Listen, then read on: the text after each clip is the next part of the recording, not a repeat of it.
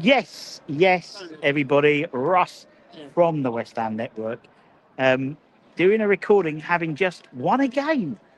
We won a game. What's going on? West Ham 3, Newcastle 1. I think a game which a lot of us were, including me, very pessimistic about getting anything apart from a draw at best. Fully expecting a cricket score, and we turned up. We turned up. We turned up with passion. We turned up with intensity. We turned up with youthfulness, with aggression, and it just shows you when you play players in the right position, what happens. And that's what we did. Although he did piss about, with the centre halves, but I could actually kind of understand what he was doing in terms of, because obviously Kilman off his left foot was trying to curl those diags into Diouf and vice versa, JCT for Wan-Bissaka. But look, it's I was talking to a few people as I walked out, and people are sort of a bit stunned, in sort of stunned disbelief. But Super Nez played the game right. He played the game right. He played the players in the right position. He pressed at the right time.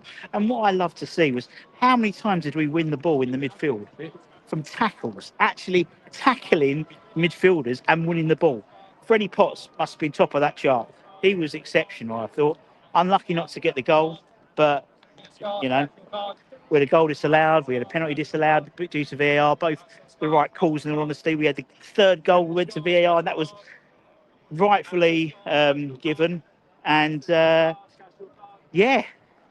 fantastic. Now we have to back it up now, don't we? We have to back it up with Burnley. We've got to back it up with that game. Otherwise, I know we'll end up still in the relegation zone, but 2 wins back to back really gets us going. And not just that, but it gets the fans going. The fans were cheering today. I thought the fans were brilliant. And they were brilliant because they saw stuff on the pitch that they could then respond to. And that's basically what we've been saying, for months. The fans will turn up, but you've got to do something for us to start moving forward with it. And they did, in all their credit. So, look, let's see what happens. Let's see what happens against Burnley. But this should be the side. This should be the side that and until at least January, when we can reinforce the centre-half positions. But, when we saw the team sheet, we saw, a back four. We saw no 𝗧𝗨𝗥𝗡𝗘𝗗. We saw a striker. We saw Thomas 𝗧𝗨𝗥 on the bench, as I said. We saw Freddie Potts start as well. And it worked. And I said, a lot of people are walking out here, they bumped into me, and they're sort of in shock that we actually won a game and actually played really well. And I am the same, in all honesty. I am the same. But look, we march on. Burnley next week, and that's going to be interesting. Burnley are going to be there or thereabouts in the relegation zone with us. So, we need to back this up with another win. And 2 wins on the bounce going into the international break would be great.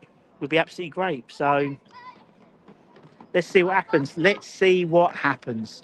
But hopefully you enjoyed that as well. I think Anton enjoyed it more than he would usually for the last sort of 5 months or whatever, doing watch along, actually winning a fucking game of football at London Stadium.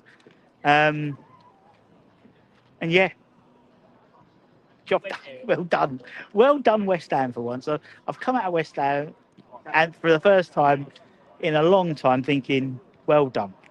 They played well. They got the right decisions. They picked the right players, and it worked. If you agree, let me know in the comments below, and we'll break it down in the breakdown later on. Do that tomorrow, and start getting ready for the Burnley game on Saturday. Anyway, take care, stay safe, stay warm, stay humble, keep the faith. And West Ham have actually, keep it quiet, we've won a game of football. I know. Unbelievable, Jeff. Much love. Bye-bye.